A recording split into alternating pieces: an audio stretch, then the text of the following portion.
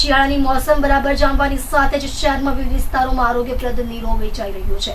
જોકે હવે નીરો પીતા પહેલા પણ શહેરીજનોએ એકવાર વિચારવું પડે તેવી સ્થિતિ સર્જાઈ છે, કારણ કે રુસ્તમપુરા, ઉધના અને ઘોડદોડ રોડ પર વેચાતો નીરો બિન આરોગ્યપ્રદ નીકળ્યો છે। પાલિકાએ જુદા જુદા વિસ્તારમાંથી નીરો વેચાણ કેન્દ્ર પરથી 8 સેમ્પલ લીધા હતા। તે પૈકી લાજપોર નૂતન ગ્રામ ઉદ્યોગનો 3 જગ્યાએ વેચાતા નીરાના નમૂના ફેલ થયા હતા।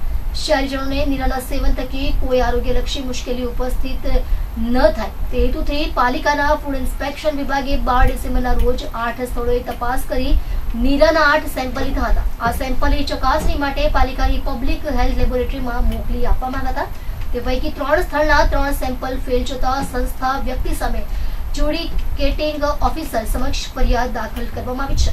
લાજપોર નૂતન ગ્રામ ઉદ્યોગ મંડળ સંસ્થાના રુસ્તમપુરા આશાપુરી માતાના મંદિર પાસે, ઉધના આચાર્ય તુલસી ગેટ મેઇન રોડ પાસે અને ઘોડદોડ રોડ જોગર્સ પાર્ક પાસે વેચાતા નીરાના સેમ્પલ ફેલ થયા છે। રુસ્તમપુરામાંથી લેવાયેલા સેમ્પલમાં બ્રિક્સમાં 14% ધોરણ જળવાયું ન હતું, ટોટલ શુગરમાં 13% ઓછું પ્રમાણ હતું અને પીએચમાં 6-7.5 કરતા ઓછી માત્રા હતી। ઉધના અને ઘોડદોડ રોડ પરથી લેવાયેલ સેમ્પલમાં બ્રિક્સ અને ટોટલ શુગરનું પ્રમાણ ઓછું જણાયું હતું। શિયાળામાં લોકો નીરાનું સેવન કરતા હોવાને લીધે તેઓના સ્વાસ્થ્ય પર અસર નહીં થાય તેને ધ્યાનમાં રાખીને આરોગ્ય વિભાગે નમૂના લીધા હતા।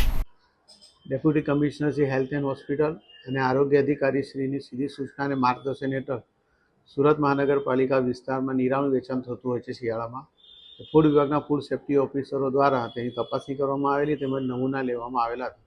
કુલ 8 નમૂના લઈ પૃથ્થકરણ સારું ફૂડ એનાલિસ્ટ સાહેબને મોકલેલા હતા અને તેમના રિપોર્ટ મુજબ 3 નમૂના ધારાધોરણ મુજબના નહીં હોવાનું માલુમ પડેલું છે અને સબ સ્ટાન્ડર્ડ જાહેર થયેલા છે। સબ કઈ જગ્યાના નમૂના ફેલ થયું છે ને એમાં શું કાર્યવાહી થશે? એક ઉધનાનું થયેલું છે, એક સગ્રામપુરા અને ઘોડદોડ રોડ પર 3 જગ્યાથી જે નમૂના લીધેલા છે તે સબ સ્ટાન્ડર્ડ જાહેર થયેલા છે અને એની સામે ફૂડ સેફ્ટી એક્ટ મુજબ ફરિયાદ દાખલ કરવાની કાર્યવાહી કરવામાં આવશે। સર, આ નમૂના ખરાબ ગયું એમાં પબ્લિક પીએ એમાં કેટલું નુકસાન થઈ શકે છે? જેમાં બાહ્ય પદાર્થ ઉમેરેલો હોય તો પેટના રોગ થવાની શક્યતા થઈ શકે।